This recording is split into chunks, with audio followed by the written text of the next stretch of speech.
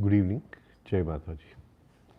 Uh, Today we are going to talk about uh, what role does money play in the life of a spiritual seeker. So uh, now on the spiritual path, the most valuable thing is attention. What is the quality of our attention? And how long can we hold that attention inside? And can that attention go beyond each and every layer of the mind to the original source of attention, which is the inner spirit, the inner soul? So, attention is a quality of the soul, it is not a quality of the mind. But our attention is fragmented, held up in so many places. We cannot hold attention for more than a few seconds. So the quality of the attention is very low and we don't have it with us to take it inside. Similar with money. Money is not an active force, it is not a passive force. It is the neutralizing force. Somebody wants to give, somebody wants to take, and money balances the two, allows this person to balance with this person. And this inner force which balances, in Shastra it is known as Satwa. So we say initially Shiva wanted to create the universe. That is the active force, Rajas. He needed material, the material to create the universe was needed, so tamas, the passive force. And the balance of the two, I want to build a house, active. How much of cement, how much of concrete, right? So the cement and concrete becomes passive, the tamas, and the sattva is how much of cement and concrete, the intelligence which balances the two. So the balancing force in life is sattva. And the most gross form of sattva, the most material form of sattva, is what we call as money. Money has a hidden power, and this is its own power, the power of balancing, bringing out balance between two people. Now,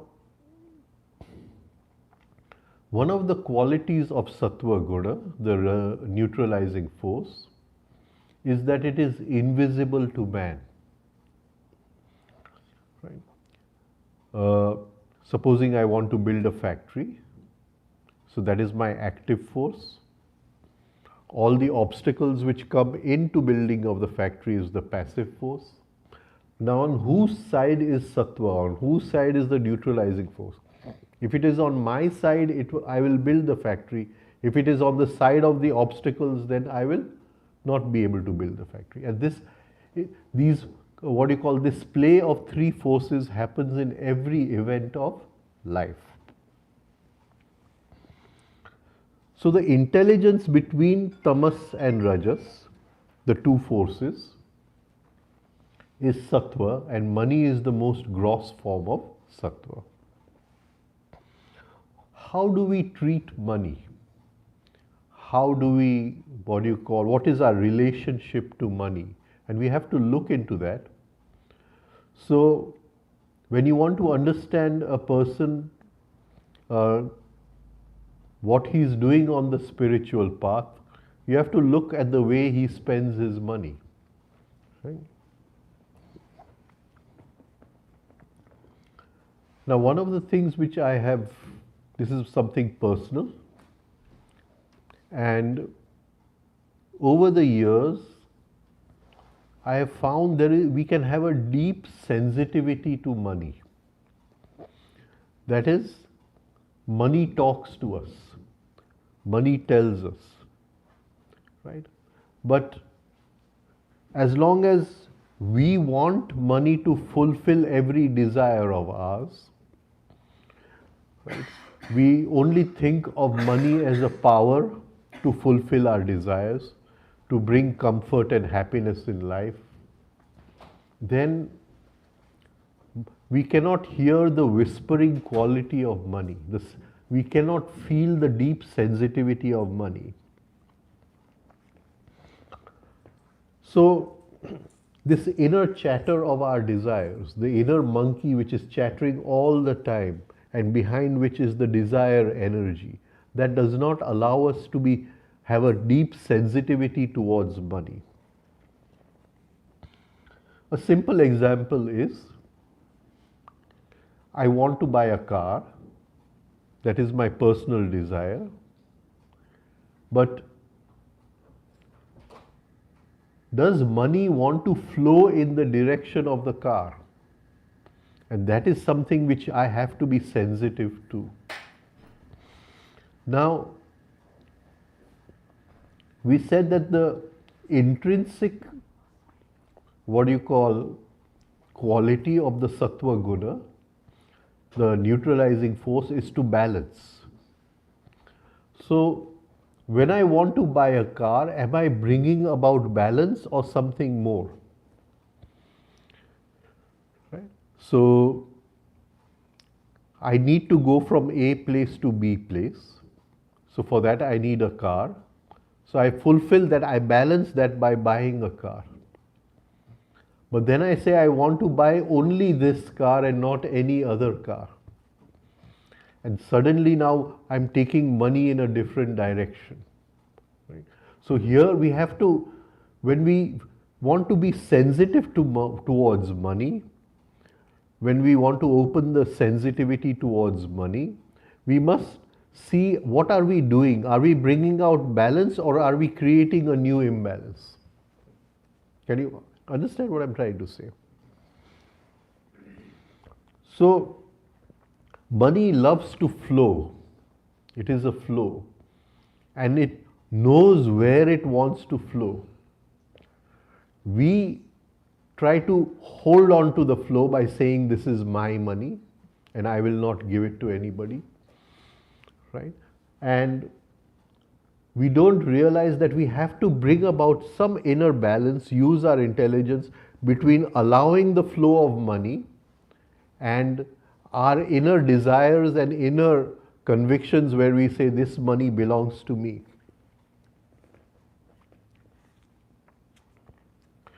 Now the normal, understanding is that a person who wants money has to work hard. Of course you have to work hard. But we have seen in life, when we look at life, that so many people who work very hard still don't get money, right? And there we have to find what is it that is stopping money from flowing towards me. Do I want to catch the money and bring it towards me, or do I want to remove obstacles which are stopping the money from flowing towards me? And we've got to go into that and understand these obstacles.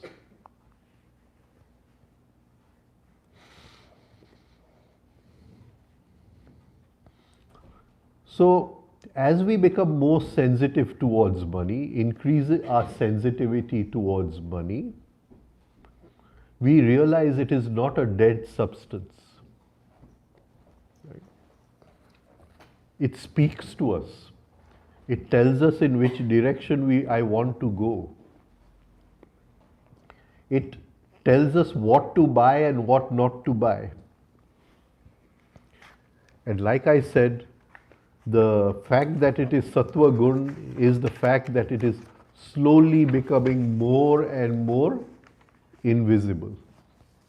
And the more invisible it becomes, the more difficult it is going to be to get a sensitivity of money. So we are now on that borderline between physical money and invisible money. So you have a credit card that is invisible money. But I have notes in my wallet is physical money. And once it becomes more invisible, it will require much more effort to become sensitive towards money. So we must practice with the notes in our wallet, the physical money which lies in our wallet. How do we fold it? Do we come from work and throw our wallet on the bed? Right? Now, if money is alive, she does not like this. She does not like our throwing her on the bed. Many people, if you open their wallet, everything is stuffed in their wallet. Or many ladies, you see their handbag, the money is just stuffed in the handbag. Now, she feels insulted when we do this. For, like I said, 7 years, Ramdulare Bapu was my guru. And what I learned from him was his relationship to money. He would look at a 1 rupee note and a 100 rupee note with the same expression, the same eyes. The eyes were free of desire.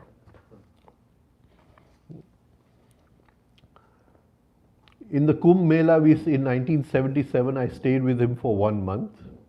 And in those days in Allahabad, there were cycle rickshaws. And he would ask the rickshaw person that take me to Saraswati Ghat. So the rickshaw fellow would say 1 rupee 25 paisa. And he would say no, 75 paisa. And he would argue for 10 minutes with him, bring it down to 75 paisa. And then when we reached the ghat, he would give him 1.5 rupees or 2 rupees. Right? So the money should bring joy in our life. The expression of using money, feeling money, putting it into notes, folding money, where we place our money in our drawer, all this. And in the Hindu terminology, we count her as Lakshmi, right? And Lakshmi has 2 meanings. One is Lakshya, my aim, and also the English word lucky, right, comes from Lakshmi. Of course, the English word lucky has a very profound history. It was first used for those people who are very good at gambling, right? But then the connotation was changed over the years. So we must relate to money in a soft way, as if she's a new, fresh, young girlfriend, and that is the way we start relating to money. Because she is Satwa Guna, she does not like to go on the path of violence. She likes to go on the path of ahimsa. Now, supposing I buy something with the intention that other people should feel jealous of me, then I'm taking money on the path of violence. I'm not taking money on the path of non-violence. And she does not like this. And of course, we cannot see other people's thoughts. We cannot see other people's feelings. So we don't realize that when I create jealousy in you, what that jealousy is doing to me, I can't see this. If we could see it, we would come back to living a balanced life. So for us who are on this borderline, maybe the next generation is not going to see physical money at all. And for them to develop a sensitivity is going to be very difficult, at least at our level, because we still have physical money. We can create a relationship with that physical money very easily. Now,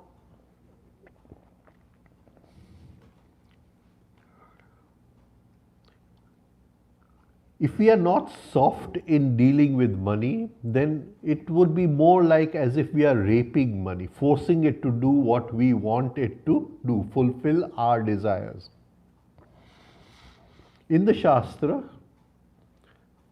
some of the lowest karmas in the Shastra, of course the lowest karma is what they call as Guru Droha, but next to that, very close, is to give suffering to a woman, to give suffering to female energy.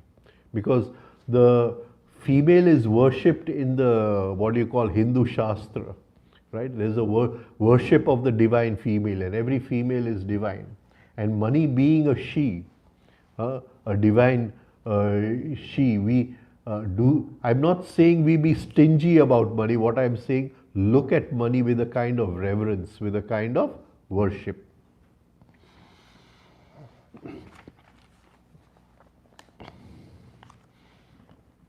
So when a person spends money, it reflects on what his unconscious and subconscious desires are. And by studying where he spends his money, we understand a person, we understand his being. Now, try to understand, we all have within us our being.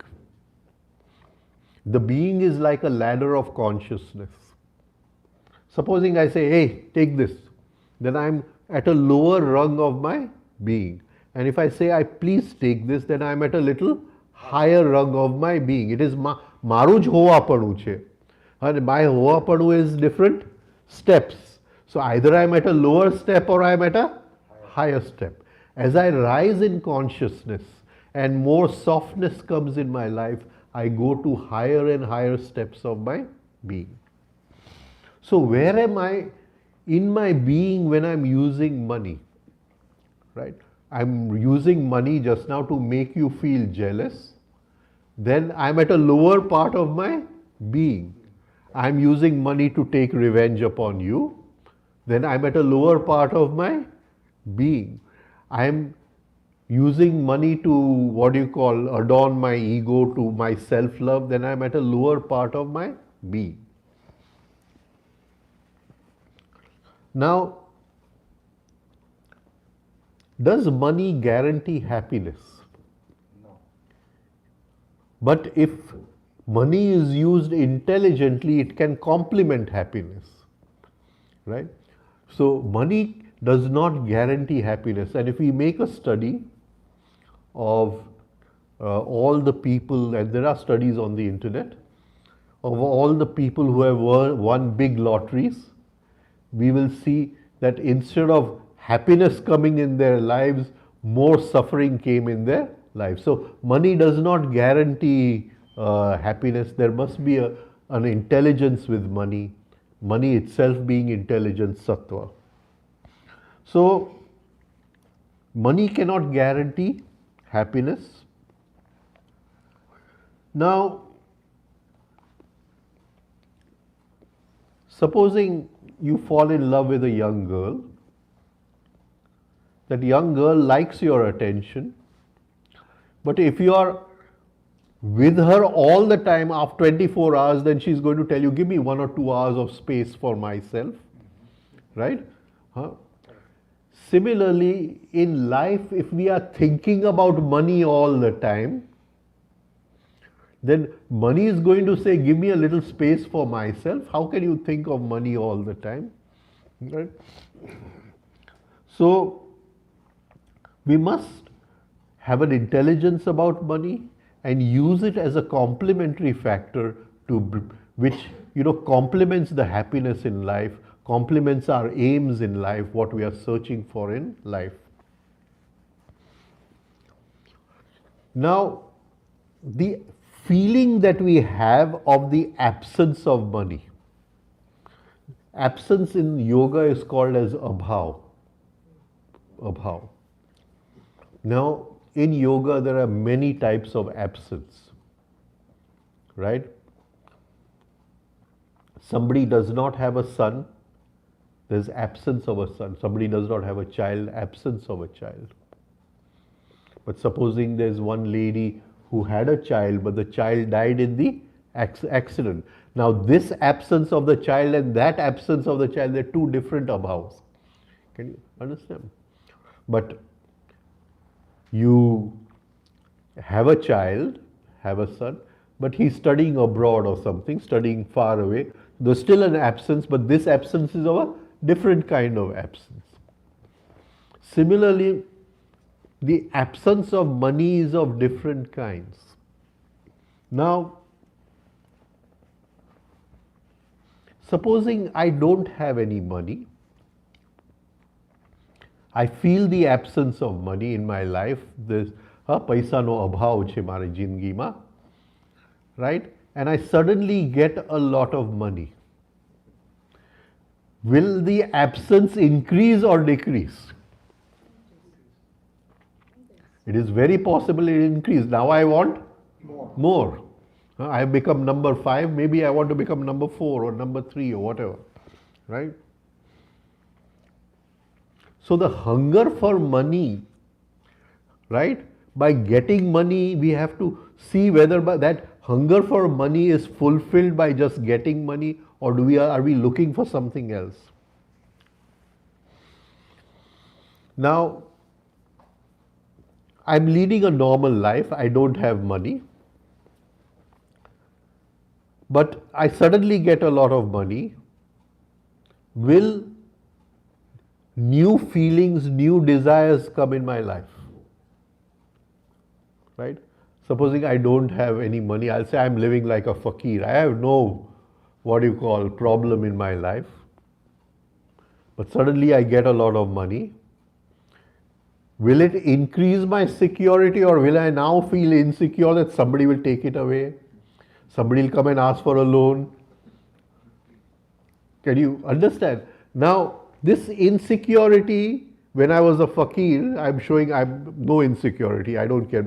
God takes care of everybody, right? But then money takes care of everybody. And it was already lying in my unconscious mind. By getting money, it came into my conscious mind. I could feel that somebody will come and cheat me of my money.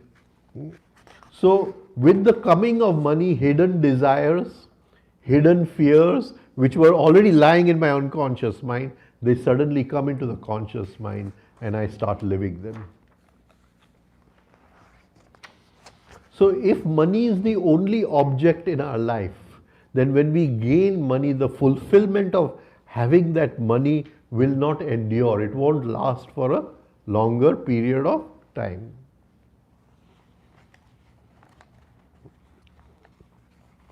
Now, what is the inner sankalp of money? Like we said, it is the desire to flow. But it may not want to flow in the direction of our desire. It may want to have its own way to flow. Now, at the time of spending money, what feeling do we have? What feeling? See, in our Shastra there is one word called tarpan. Tarpan comes from the word trupta karu. Trupta karu etle fulfill, to fulfill. Right? So I say somebody close to me has died, and I take his ashes and I go to the river and I say, oh, you and I, we had a good friendship together, we had a good relationship together. I am totally fulfilled, you be fulfilled, and we do the tarpan in the water, right? Now, when we spend money, on one side somebody has to give money, and one side somebody is taking money, whether invisible or real money. So, what should be our thought at the time of letting it flow? Because it's flowing in the river. It's flowing in the... And this goes with everything, whether we are paying our electric bills, right? Or we are filling gas in this thing, or we are buying something from the shop, right? So, supposing I'm buying something from the shop and I say, oh, he's charging me more, then I'm in a state of dislike, angamo, right? I'm in a state of dislike, and I'm paying him that money, but I'm paying it to him grudgingly, right? I'm saying you're charging me double of what somebody else is charging me. Now, at that time, am I at a lower part of my being or at a higher part of my being? Lower part of my being. Can you understand? So I'm grudgingly giving this money. I'm complaining to him that you're a cheat, you're whatever this thing, right? Hmm? I'm calling him names. So is there that inner bhavana of tarpan, of flow? No. Can you say, I'm not saying, can you take this and it trup tatha. You take this and it may it fulfill you.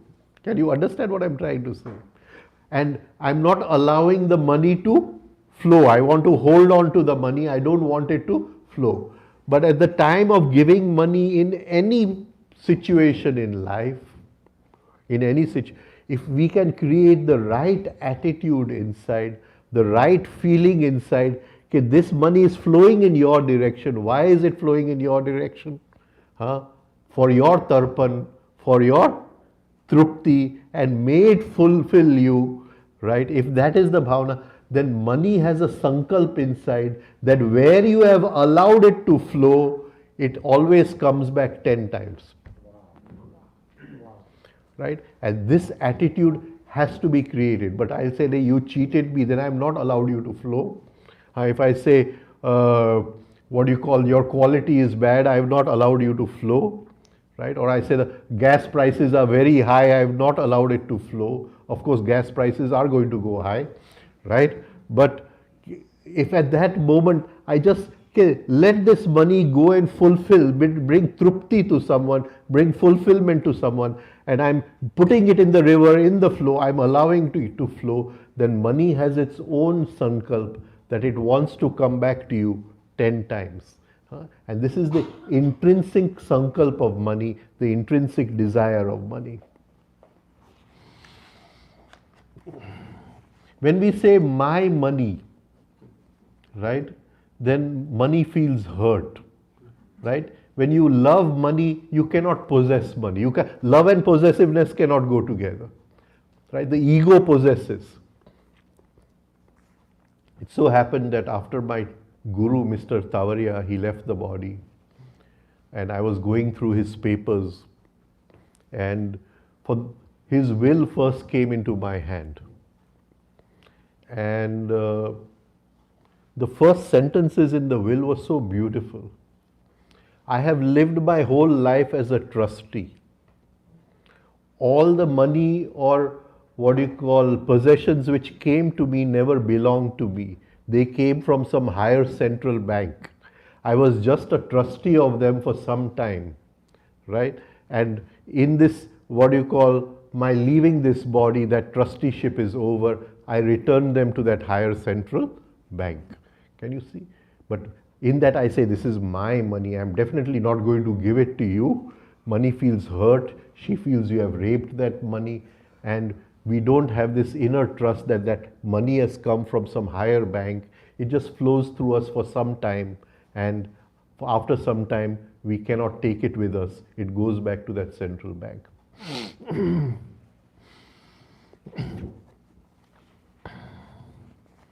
We have to, what do you call, understand the necessities of normal life. So I'm not saying that live like a fakir. Create your bank balance. See what your needs are. Do something for your security, whatever.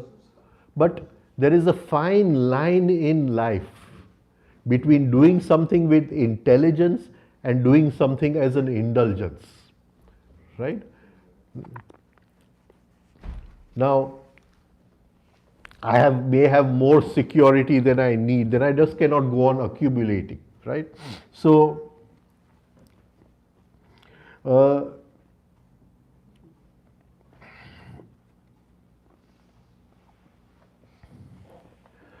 another thing, at the time of spending money, we allow it to tarpan, but am I in a state of thankfulness?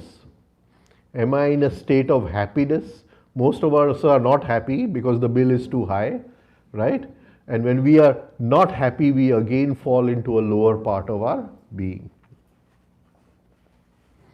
Now, the soul, it wants to rise in consciousness. That is its only aim, the soul. And it knows as a soul it cannot rise in consciousness. It can only extract consciousness from life in a physical form. So it looks for a mother and father and it takes birth in a physical form. Now, before it takes birth, it makes two sankalps, two what you call strong desires. The first is I am taking birth for only one purpose, to rise in consciousness. And the subsidiary purpose, like when we are in BA, we have a main subject and we have a subsidiary subject, right? Similarly, the subsidiary purpose for the soul taking birth is to enjoy life. The Jeev wants to enjoy all the colors of life, all the variety of life. It wants all the experiences of life. And what happens? This enjoyment of life becomes indulgence of life, and that becomes our sole purpose.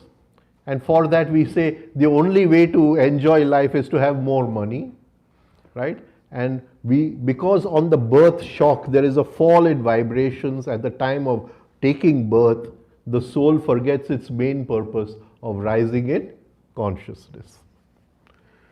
So we must use money intelligently to allow the soul to experience life, to complement, to give it a more richer experience of life, right? But in that we don't forget our main aim of rising in consciousness.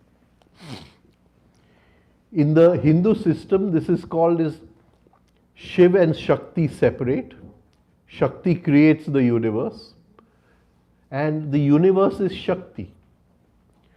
But within Shakti is an intrinsic desire, an intrinsic aim that she wants to go back to Shiva. And this is the basic thing, because money is power, money is Shakti. That basic desire to return to Shiva is in all forms of money. So, where am I using money? Am I using it to indulge more in life? Am I using it for greed? Am I using it to gratify the senses, indriyoનું લોલુપતા પૂરું કરવા માટે? Right? Then I'm not using money intelligently. But if I say the soul wants to enjoy life and I'm using it to complement that enjoyment, then I'm making right use of money. In English, there is a saying, money is the root of all evil. Money is not the root of all evil.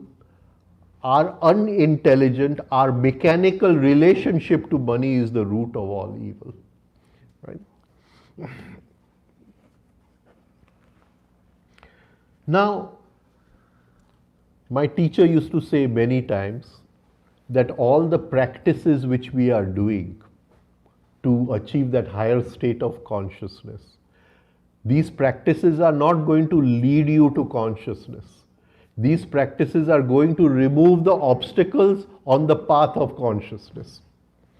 And this goes for all spiritual practices. No spiritual practice gives you God, right? All spiritual practices do, it removes obstacles from the path.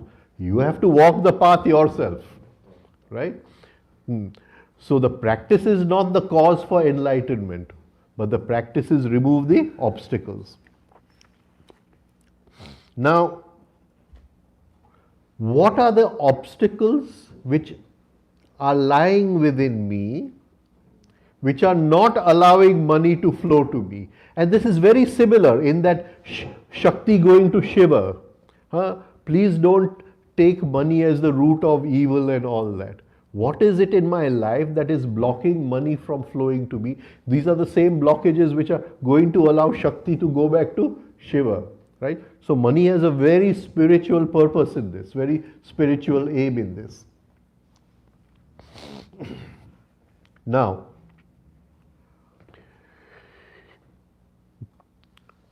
My teacher used to say, Shakti is Chitti Shakti, and the Upanishads call it as Chitti. And they say this whole universe is nothing but Chitti Shakti. Chitti Shakti takes two forms. And this is when we go into the Upanishad, especially the Prashna Upanishad, has all these what you call questions and answers between the Rishi and his disciples. And he says that Chitti, which is the original Shakti, it takes two forms, Prana and Rai. All the structures in the universe are known as Rai. All the structures which need petrol to run, the petrol is called as Prana. Can you understand what I'm saying? I have a car, it is Rai. But the fuel to run the car is Prana. I have a body brain system, it is Rai. But I need food to sustain it, it is Prana. Can you understand what I'm trying to say? Now, this Chitti, my teacher used to call it as the universal mind before the creation of Prana and Rai. Just the universal mind. Everything is Chitti. The mind of God, he used to call it. Now, this mind of God is an elastic membrane. Is an elastic membrane. What was the universe initially? It was a small dot called Bindu, and that Bindu stretched. Bhu, Bhuva, Swaha, the three worlds were created, and it was surrounded by Mahakal, right? Science says the skin of the physical world is the speed of light.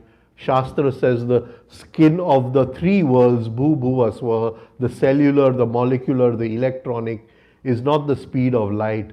It is Mahakal or memory or time. Right? Now, within this bubble of time, within this bubble of memory, everything is elastic. Every thought that I have, every emotion that I have, every sensation that I have, every movement that I have, it goes and hits this membrane of universal mind, and this is happening every moment in my life. From there it rebounds. From there it rebounds, and it comes back to meet me, and when it comes back to meet me, I say, this is my karma. Now try to understand. Try to understand.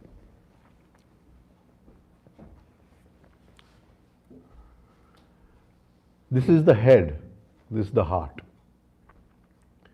Now in my head I say I want money, right? And I want to earn that money in a proper way. But in my heart I feel that if I have a little money, I can buy a better dress than she has, right? Or I can have a better car than, right? The Americans like a better car than somebody else, right? Or I can, he insulted me because of my money 5 years ago, so I can show him his place in life, right? So my thinking is something, but my heart is somewhere totally different. Heart is somewhere totally different. So what goes and pings on the universal mind? Right? From this lower level of being. You see, from where I'm standing on the ladder, where I'm saying I want to take revenge on him, I want to buy something better than her, I want to show him this. I'm standing on that rung. From there the ball is going to the elastic membrane. It can only come back to where I'm standing. Here I'm thinking that I will use money for a higher purpose, and when I get money I will donate money, etc., etc. But really this is my feeling in the heart. Our heart and head is never together. And even if the money comes, it will bring all the suffering of where I'm standing, not of something higher. Can you see? And if I'm standing a little higher, even if little money comes, it will bring more fulfillment, right? Because I have what you call sent the message from the right place. I don't know if I'm coming across this. And this is happening all the time, right?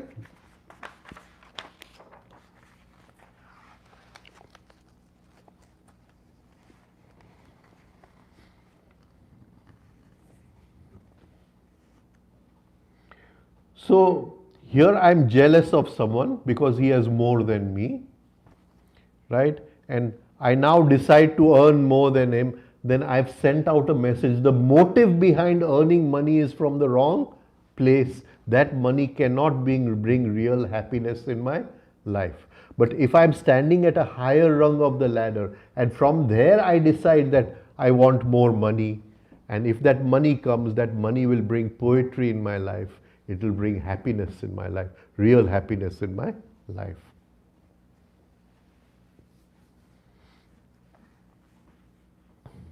So what is blocking the flow? We have to see from within. It is our negative emotions, our attitudes, our wrong desires, right? That is sending out the wrong messages, and we are getting the wrong return from life.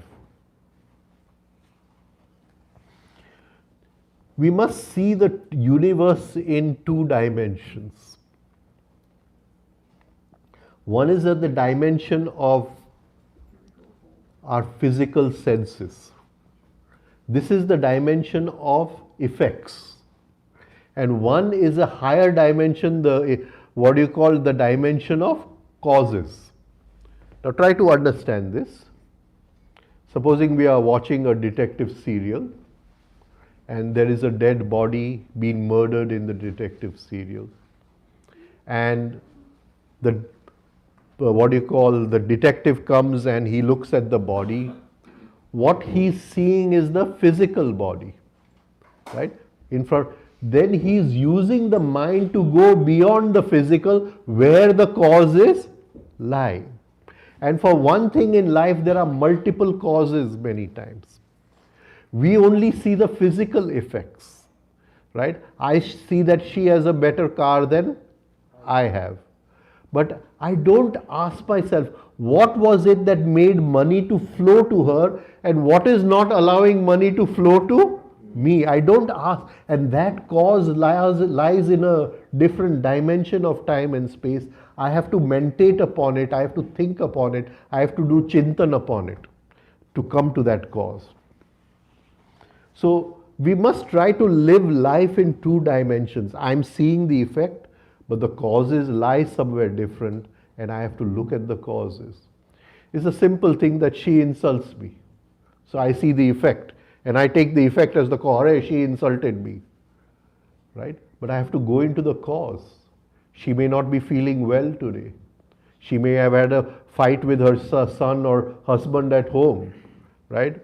Or she must be feeling hungry and not had breakfast today. So many simple causes must be there.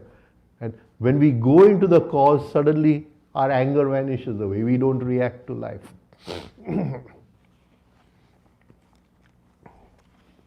So every moment the mind of God is answering our thoughts, answering our feelings. And please understand, feelings are 30,000 times more faster than thought. So I think I want money, but here I have a feeling I want money for revenge to show how good I am. That goes and pings and the event comes much faster than I can think about. So there are two aspects to life, the visible aspect and the psychological aspect. And the psychological aspect, we have to turn attention inside to look at the psychological aspect.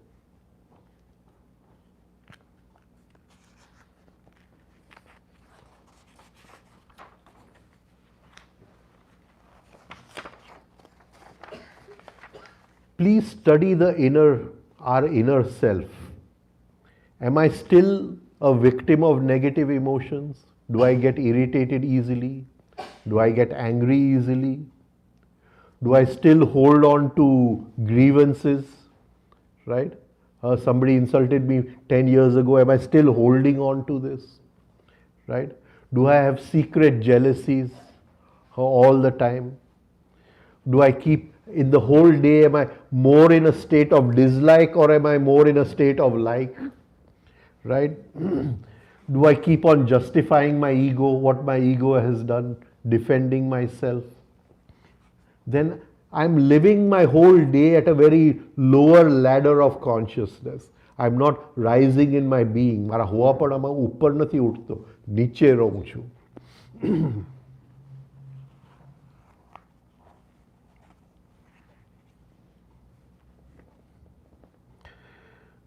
If we want anything in life, we must be able to will it. We cannot just think about it. Thinking has no power. We have to will it from the heart. And for that, we have to clean our heart of all what I'm talking about, all the negativity. A pure heart can will something and he may even get it tomorrow or day after.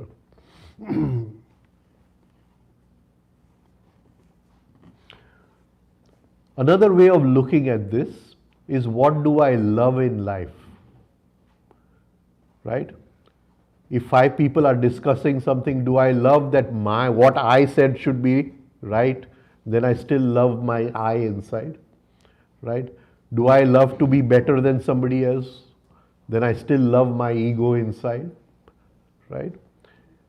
I may fall in love with somebody and I say I love you, but if she says something which upsets me, then my love turns to hate. Right? Then I don't love her, I love only myself. So where our love is, there our will is, there our sankalp is, there our emotion is. And we have to purify that first. So the basic quality of money is to flow. We want it to flow towards us and we want to use it as a complementary factor in our, search for happiness, inner happiness in life, not outer happiness. Now, another way of looking at this is that supposing today I was to get a big sum of money, would it increase my ego or decrease my ego? Increase ego. Will my walking change to reflect that ego? Will my relationship to my friends and everybody around me change? Will arrogance come in? Yes. Right? So then that money has gone in the wrong direction. Can you see?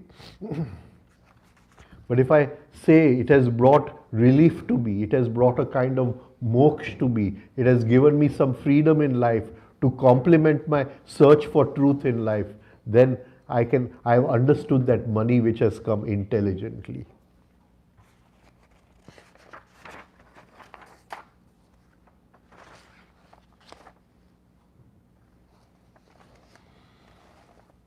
And we must see this. Today I'm worried I don't have any money. Now I have some money, so I'm worried somebody will take away that money. Worry remains the same. I remain on the same ladder in spite of getting money. And for this we must understand the natural wiring of our brain. The natural wiring of our brain is done in such a way by nature, it is not that it doesn't allow us to be happy. Right? Nature doesn't want us to be happy. Right? So she has wired our brain in such a way, if we want to be happy, we have to rewire the brain. Right? Now, let's take a simple example, same example. She insults me. That goes along a pathway in my brain, right? It is decoded inside and I say, "Arey, she insulted me. How can she insult me?" Right? So, is it going to bring happiness? No. But supposing I change the wiring, I bring out a new meaning, it's not insult any longer. She insults me and I say, if somebody insults me, I am very reactive. I can separate and watch my reaction. So she has given me an opportunity to watch my reaction, to observe myself, right? To be free of this reactive tendency lying in the reactive sanskar lying within me, the reactive pattern lying within me, to be free of that, then I've changed the meaning. By changing lower meanings into higher meanings, we rewire the brain. Now that message of insult is going along a separate path. The decoding, something new is happening in this. And I've rewired my brain that she insults me doesn't make any difference in my happiness. Right? Can you see? But our normal wiring of the brain cannot lead to happiness. Now we'll just take a few emotions. We've got some time. Supposing people do not, or I feel that people do not love me. Right? So I have this thing, people don't bother about me, nobody loves me, I'm very lonely in life. And this is a form of inner accounting, right? Inner accounting, right? I went to her home, she did not treat me properly, inner accounting. Can you see? Try to see this. Before I go to her home, my ego has already reached her home. And my ego has already decided how she should treat me. Right? And then so I've already made a big picture, imaginative picture of how she should treat me. Now I go to her home, and in that picture there is a small, difference, right? Now she has treated me very well, but can I be happy? I cannot be happy because I have this imagination that she should treat me in this way, right? And that will never allow me to be happy. My ego reaches first. So whenever we go anywhere, supposing I'm coming in this hall, my ego will reach before I've come, that they've put a chair for me, right? Now supposing I come in the hall and I see, no chair, right? My happiness is gone, right? I have to rewire the brain, that even if the chair is not there, be happy, right? And this is this whole process of rewiring is called sadhana, right? So I say people don't love me is not put the chair, not treated me properly. I'm not valued.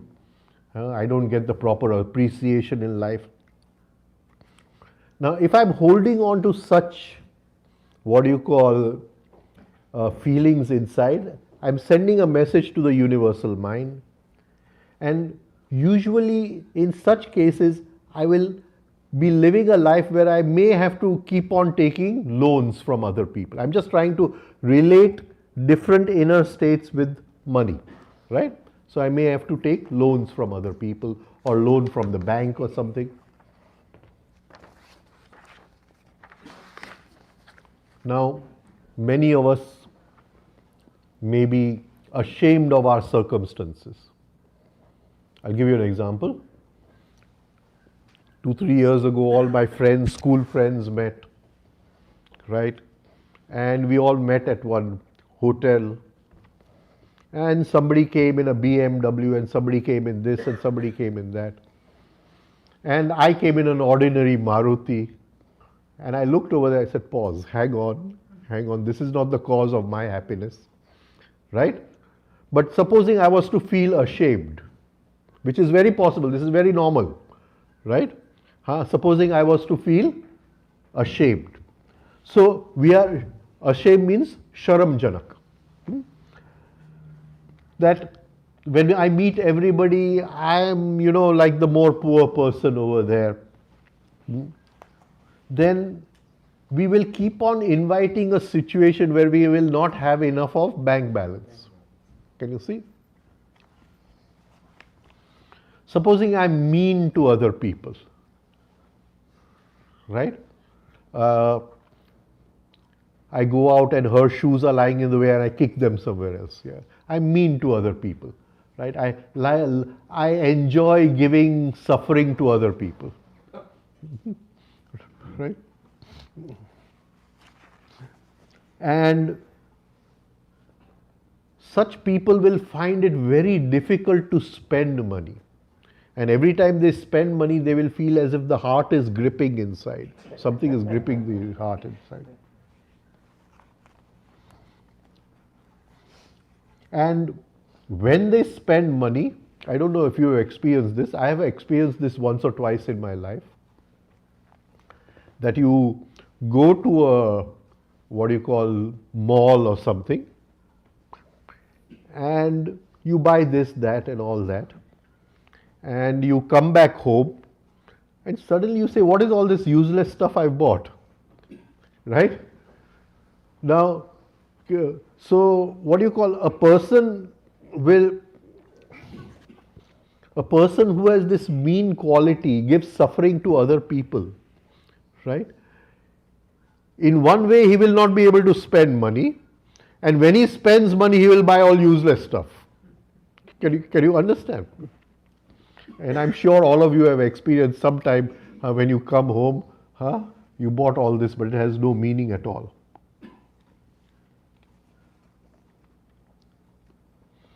Many of us feel we are unworthy, right?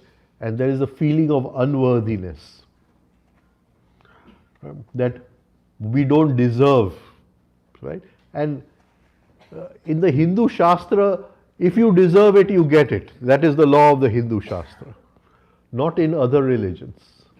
In other religions, even if you are undeserving, there are techniques to get even if you are undeserving, right? I don't want to go into that, but in the Hindu Shastra, it's a law. If you deserve, you get, right? Now, but I feel I don't deserve. I feel low inside, right? And we hold on to a feeling of shame and guilt, aprad bhav jine apreke. Then money will come, but it will slip through my fingers, right? Many years ago, we used to hold children's camps. I've stopped for the last 4-5 years. And over a period of 3-4 years, I used to invite a handwriting expert to teach the children handwriting and all that. And one day she was looking at my handwriting, and she said, this Y of yours, this part of the Y would go and this would be lower than this. So he said, this Y of yours, money will come in your life and it will jump out at the other end, right? So she said, you better keep your Y as a balanced Y, both the ends of the Y together, then money will come in your life and you'll. Now you see, when you do that, you're rewiring the brain. When you're changing your Y, it looks stupid, but handwriting has a very specific quality. Now with the computers and all, it's becoming more difficult because children are not taught what you call handwriting. They are not taught handwriting.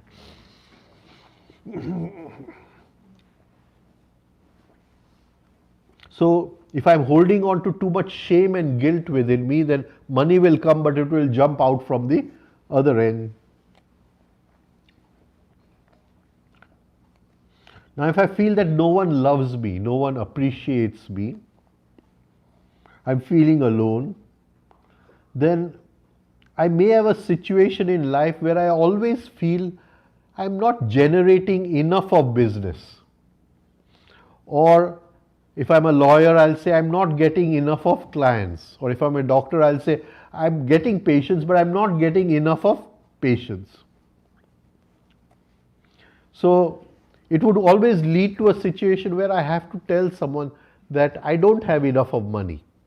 I don't have enough of money. Now when I say I don't have enough of money, what I'm really saying is that nobody loves me. Right? So the idea is that when we talk about money, try to talk in a positive way. I won't say I don't have enough of money. I'm saying I don't have. I'll say I'll think about it when it is possible to buy it. Yeah, I'll think about it when it is possible to buy it.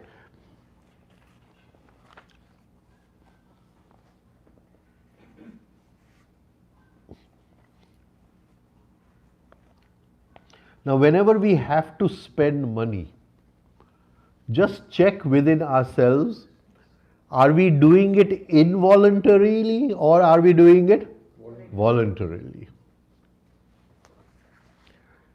Now this we can take to another scale. Suffering comes in everyone's life. Nobody is free of suffering. Do we take that suffering involuntarily or do we take it voluntarily? Asvaichik check, asvaichik check. Right? You get down from the plane, there's a 4-hour line to get through. Right? Now, do you take that line voluntarily or involuntarily? You see, when you're taking it involuntarily, you're inviting more suffering in your life. That very friction is inviting more suffering in your life. But you take it voluntarily, it don't matter. In Yoga Sutra, there is a sutra, Dukkha Dor Manasya something. And then in the next sutra, it's a Maitri. So he's saying, make friendship with pain. Patanjali is the master. He's saying, make friendship with pain. Dukkha ni sathe Maitri bhav. Right? Of course, all the commentators have interpreted it as a Dukhi sathe Maitri bhav. Dukh sathe Maitri bhav. So whenever pain and suffering comes in our life, to voluntarize it, and this requires great effort from inside. Because if I complain, it is not voluntary. If I find fault with her because of you, there is pain in my life, it is not voluntary. Right? But when we can make pain in our life voluntary, at the last moment we will be able to make death voluntary. But if pain in our life is involuntary, we can never make death voluntary. And the most beautiful moment in our life is the moment of death. And if we are struggling with dislike in that moment, if we are struggling in that moment, we will lose that one final moment, which is the most beautiful moment, the epitome of our life, right? So this feeling of thankfulness, holding this feeling of thankfulness, it has its own, what do you call, intelligence. Whenever you're thankful, life gives you more to be thankful. This is the law. So I go to the restaurant, and of course these days after the COVID, there are no waiters in the restaurant. There's so few waiters, and you have to wait a long time for the service is bad. And if the service is bad, can I develop thankfulness? Or do I take the suffering involuntarily? This restaurant is useless, the service is bad, this is that, etc., etc. Right? So to make that voluntary and then go a step higher, be thankful that it is there and you're getting food. To be thankful, a little late. And in that attitude of thankfulness, when it goes to the universal mind and it pings on the elastic membrane, it sends back much more to be thankful for. Wow. Right? And this is the law of life. Money flows, it comes back 10 times. Thankfulness flows, it comes back 100 times. Now, is my money attached to people? Do I feel that tomorrow if I don't have any money, I'll have no friends? Right? Or my well-wishers will leave us. If they leave, they're not well-wishers, of course. Right? So try to, and this is true for all spiritual seekers, try to go through childhood and see where we created blockages in our childhood. Right? Now, maybe in my childhood I wanted to buy a very good music player, and my mother said, no, you're not spending so much money on a music player or something. Right? And I felt very bad inside. Now, that not inside, that blockage in prana inside, because where prana is blocked, money is blocked. Can you see? So that blockage in prana inside, if I can go back and look at it and allow it to flow, right, then suddenly I'll be free of this fear that my friends and money are connected. If I lose all my money, then my friends will leave me. And we can work with fear, with different emotions in the same way.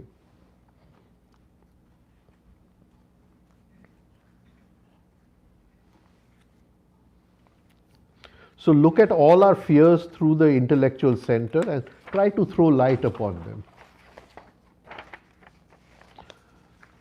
Boredom. How many of us feel bored in life? Right? And the first step for a spiritual seeker is to free himself from excitement. Now, if I am bored in life, I am seeking excitement. I am seeking excitement. So I'll say I'm bored, there are no new movies, the same movie is there. Of course, I can't say the same wife is there. I wouldn't try it also, right? But boredom, I'm seeking excitement. And many people, they spend money to get rid of boredom. And we have to ask ourselves, am I spending money just because I'm bored sitting at home, let me go to the mall and buy something? Then this is a wrong attitude towards money. She feels insulted, right? And we have to look at that. And many times we go to the mall and we say we will only window shop, but we always come back, buying something.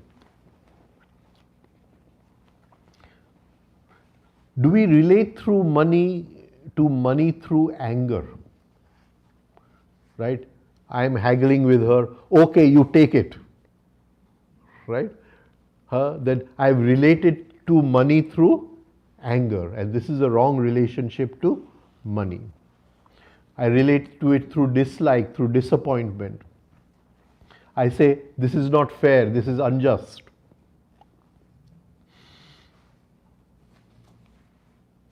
Now we can divide our life into three parts. What are my needs? What are my comforts? What are my luxuries? Fulfill all your needs, fulfill all your comforts, and maybe as a hobby, one or two luxuries, right? But then just try to see where you're crossing the path from comfort to luxury, and there you may be abusing money, using it in the wrong way.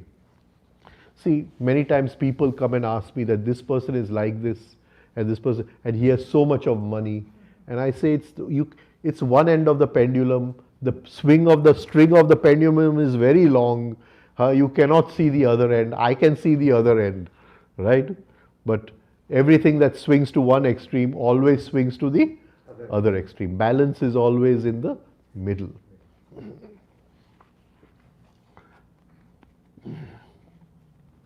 Now, modern life is very stressful. The new employers in today's job, where your bosses, they always give you 25% more work than you can do, right? So there's a lot of stress in today's life. And do we spend money to get rid of stress? To get rid of stress. Do we spend money, just because we have too much of it, right? So today the software industry pays very well, the financial industry pays very well, and young 21-year-old just out of college, they get high pay packets, and they say, we come home, we don't want to cook our food, send an order outside, right? Now, here we are spending money out of stress. We don't want the stress of cooking food or something of that sort. So here we have to balance, bring intelligence and balance everything. And like we said, it is Satwa Gun, the basic quality is to balance. Sometimes too much of positive emotions, they make us spend money give a wrong attitude to money. And you see this in a movie when somebody is very happy or something, he'll come into the bar and he'll tell the bartender, drinks for everybody, right? So, right, now this is a wrong attitude towards money, right? There must be a balanced attitude. Now last, I'll just touch on the spiritual aspect. Like I said, all energy wants to return to its source. All energy is Shakti, and Shakti has only one intrinsic desire, to go back to meet Shiva. And that is and the only way to meet Shiva is to rise in consciousness till your consciousness is equal to Shiva, then you dissolve into Shiva. Right? So,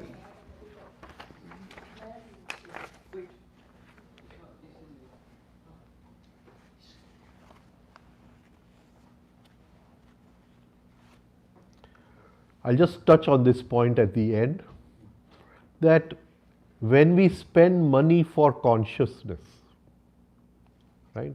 Supposing we go for a holiday, and in that holiday we want to eat, drink and be merry, then we are spending it for our happiness, but we are not spending it for consciousness.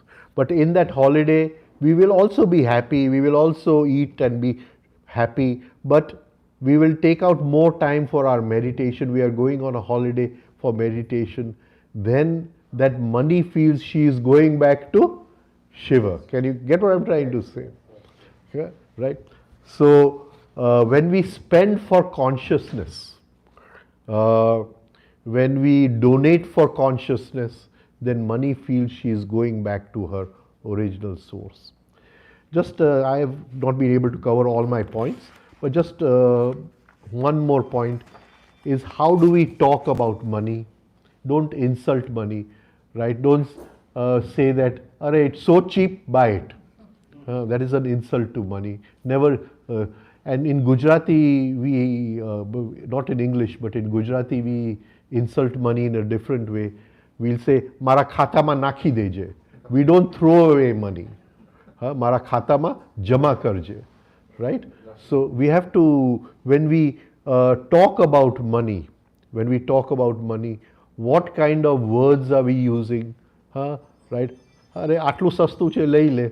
Then it's a wrong way, wrong attitude towards money. Like I said, Ram Dulare Bapu looked at 1 rupee and 100 rupees with the same attitude, and it is that attitude of worship which we look at money and make money a complementary factor for consciousness, for happiness, and for spreading happiness in our lives. I'll stop over here.